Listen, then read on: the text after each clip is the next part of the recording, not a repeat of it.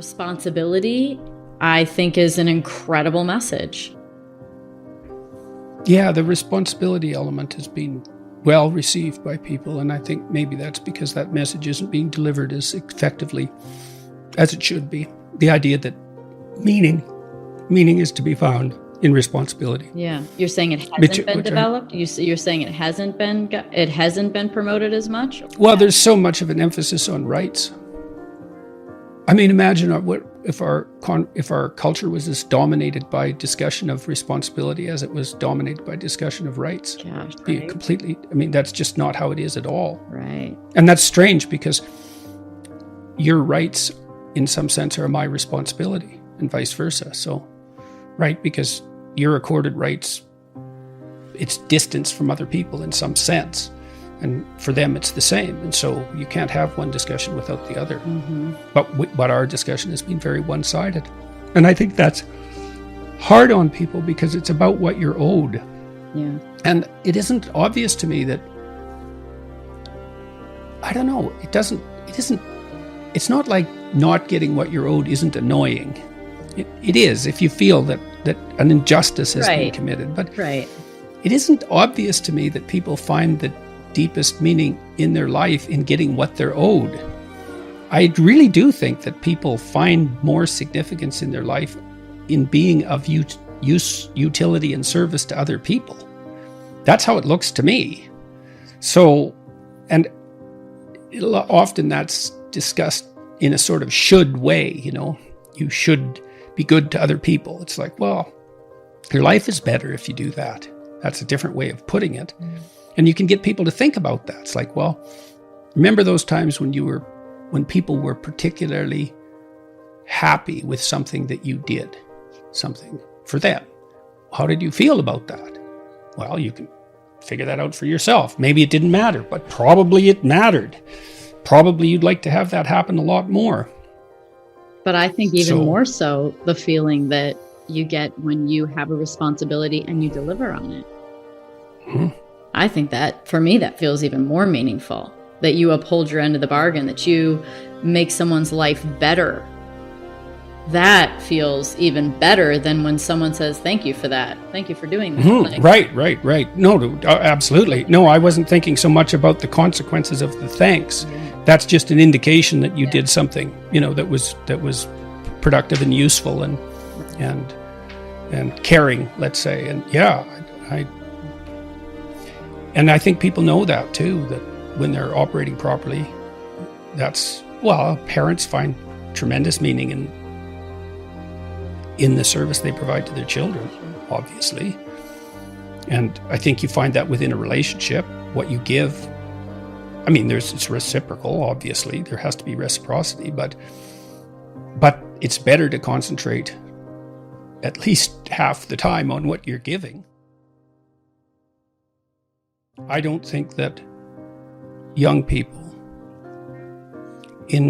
especially in later days in junior high school, maybe even earlier than that, are taught enough to think about what they want and how they would go about getting it.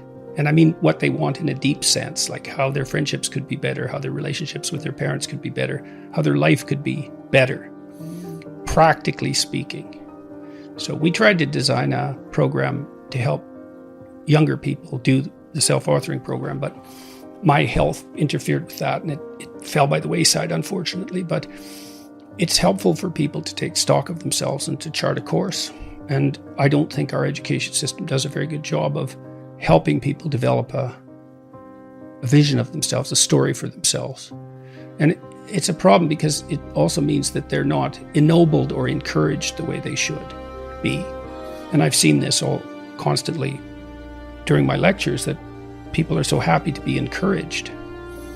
They're often met with skepticism instead, and I think that's part of the problem with what's happening in our culture politically too, is that there's this terrible critique of our culture that all its institutions are fundamentally predicated on arbitrary power, the exercise of arbitrary power. And that implies that the ambitions of people who wish to join that culture and to thrive are expressions of tyrannical, oppressive, arbitrary power. It's very demoralizing to young people. And I don't believe it's true. Because I don't think the fundamental motivation is to exploit others. I think that people who do that fail, generally speaking, often precipitously. Societies that organize themselves around that principle are miserable and collapse. They're full of deceit and backstabbing and distrust. It's hell. And so I think that young people are best encouraged. And that means that you actually have to sort of like them. Like you're a mentor. It's like, I'm really on the side of the good in you, and I hope it manifests itself. And I think that's what trust is for, by the way. You should trust other people. Why? They can bite. Why would you trust them? Well, because it's courageous to. And that way you elicit the best from them. At least that's the best opportunity you have. You're going to get hurt sometime. You're going to get hurt distrusting too.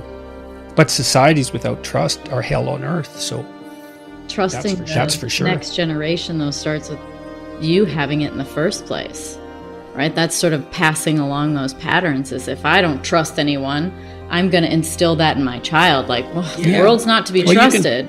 You can try to change that, and if you know that trust is courage, that can help.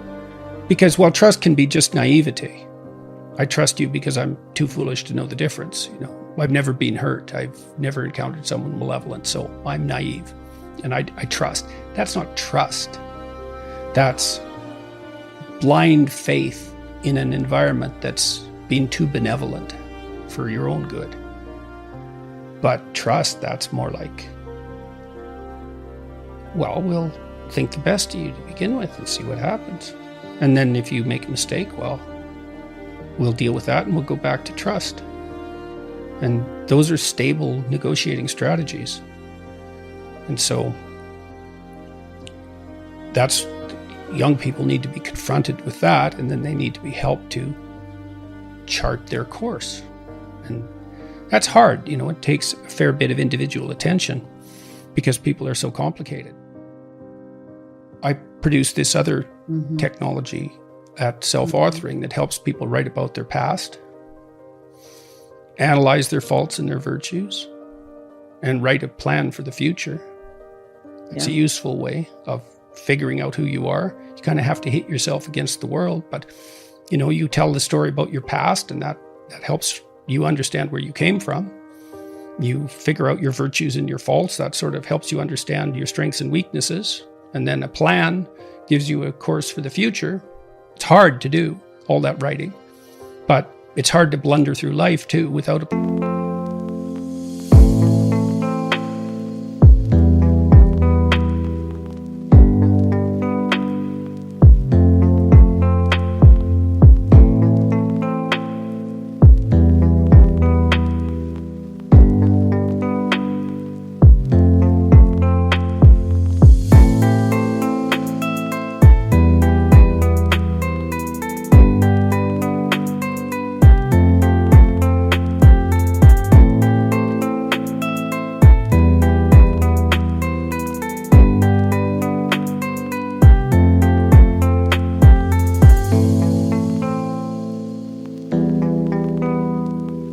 plan, so it's hard either way. Pick your hard. You always talk about that. Choose the difficult, or the difficult will choose you eventually, and you might not like it as much, right? Yeah, well, when it's necessary. Like, I wouldn't say to go out of your way necessarily to make your life difficult, but if you have a difficult choice in front of you, and it's either abandon what you should be doing or do the difficult thing, well, you're going to pay a price for abandonment. So, and I guess I would also say that to understand yourself, it's quite useful to try to not lie, because you tangle yourself up in your own lies. People think they can get away with lying, but you can't get away with falsifying the structure of the world. You're going to pay for it. I've never seen anybody get away with anything in my clinical practice. No, the other shoe always dropped. Always. And unsurprisingly, if you drop a weight on your head, above your head, like, it's fine until it hits you. Yeah. But then there's changing your mind. Yeah, there you can be wrong. That's different. That's a good point, though. It's difficult to dissociate ignorance from lying, but, you get punished when you're wrong often, but that's different, It's not like it's nothing to be ignorant, to be wrong. It's still hard on you, but it's a different kind of hard to be willfully wrong. One of the real advantages, I think a lot of the current political movements are quasi-religions, essentially, and religious structures have collapsed very badly, and so these things arise to take their place because we need a religious structure, because that's what provides us with our fundamental story. The fundamental story of life is a religious story, by definition. That's what I mean by that. Is the most fundamental story you have is the closest thing you have to a religion. So we started there. We started with the stories. Yes. Well, and metaphysics be damned, but I don't know what the fundamental significance of consciousness is, so, and neither does anybody else. So there's plenty of room for metaphysical speculation. It's hard to know what each person's destiny is, but in any case,